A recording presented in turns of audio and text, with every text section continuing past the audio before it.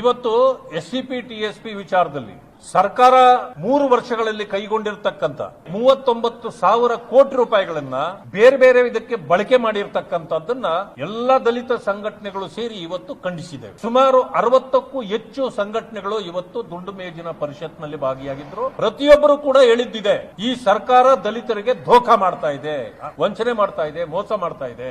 ಆದ್ರಿಂದ ಈ ಸರ್ಕಾರದ ವಿರುದ್ಧವಾಗಿ ಇಡೀ ರಾಜ್ಯದಲ್ಲಿ ನಾವು ದೊಡ್ಡ ಹೋರಾಟವನ್ನ ರೂಪಿಸಬೇಕು ಅಂತಕ್ಕಂಥ ಮಾತನ್ನ ಒಕ್ಕೊರಳಿನಿಂದ ಹೇಳಿದ್ರು. ಇಲ್ಲಿ ಆಗಿರ್ತಕ್ಕಂಥದ್ದು ಏನು ಅಂತಂದ್ರೆ, 1 ವರ್ಷಕ್ಕೆ 52,000 ಕೋಟಿ ಗ್ಯಾರಂಟಿಗಳು ಬೇಕು. ಅದನ್ನು ಮುಖ್ಯಮಂತ್ರಿಗಳು ಪದೇ ಪದೇ ಹೇಳ್ತಾರೆ. 52,000 ಕೋಟಿ ನೀವು ಬಜೆಟ್ ನಲ್ಲಿ ತೆಗೆದಿಟ್ಟ ಮೇಲೆ SCP TSP ಹಣ ಯಾಕೆ ಬೇಕು ಅದಕ್ಕೆ ಅಂದಮೇಲೆ, ನೀವೀಗ ಒಕ್ಕಲಿಗ ಸಮುದಾಯದ ಹೆಣ್ಣು ಮಕ್ಕಳಿಗೆ 2,000 ರೂಪಾಯಿ ಕೊಡ್ತೀರಿ ಮನೆಯೊಡತಿಗೆ. ಒಕ್ಕಲಿಗ ಅಭಿವೃದ್ಧಿ ನಿಗಮದಿಂದ ತೆಗೆದು ಕೊಡ್ತಿದ್ದೀರಾ ಅಥವಾ ಲಿಂಗಾಯತರಿಗೆ ಕೊಡ್ತಕ್ಕಂತ ಅವರ ಅಭಿವೃದ್ಧಿ ನಿಗಮದಿಂದ ತೆಗೆದುಕೊಡ್ತೀರಾ? ಈಗ ಮೈನಾರಿಟೀಸ್ ಅಥವಾ ಮುಸ್ಲಿಮರಿಗೆ ಕೊಡ್ತಕ್ಕಂತ ಹಣ ನೀವು ಮೈನಾರಿಟಿ ಡೆವಲಪ್ಮೆಂಟ್ ಇಂದ ತೆಗೆದುಕೊಡ್ತೀರಾ? ಆದ್ರೆ ಪರಿಶಿಷ್ಟ ಜಾತಿ ವರ್ಗಗಳ ಜನರಿಗೆ ಕೊಡುವಾಗ ಅವರ ಹಣ ಯಾಕೆ ತೆಗೆದುಕೊಡ್ತೀರಿ ಅನ್ನೋ ವಿಷಯವನ್ನು ಎಲ್ಲ ಮುಖಂಡರುಗಳು ಇವತ್ತು ಮಾತಾಡಿದ್ರು. ನಾನ್ ಕೇಳ್ತಕ್ಕಂಥದ್ದು, ನೀವು ವಂಚನೆ ಮಾಡ್ತಾ ಇದ್ದೀರಿ, ಮೋಸ ಮಾಡ್ತಾ ಇದ್ದೀರಿ. SCP TSP ಹಣ 42,000 ಕೋಟಿ ಇಟ್ಟಿದ್ದೀನಿ ಅಂತ ಜನರಿಗೆ ತೋರಿಸ್ತೀರಿ.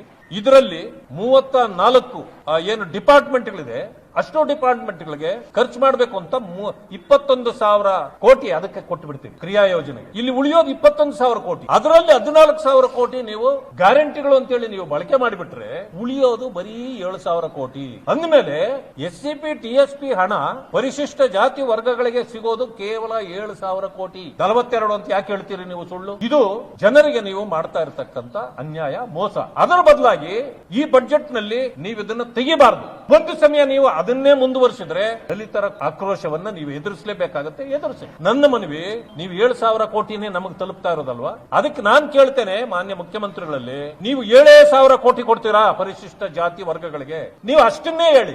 42,000 ಕೋಟಿ ಅಂತ ಹೇಳಿ ಮೋಸ ಮಾಡಬೇಡಿ. 7,000 ಕೋಟಿನೇ ನಾನು ಕೊಡಕ್ಕಾಗೋದು ಅಂತ ಹೇಳಿ.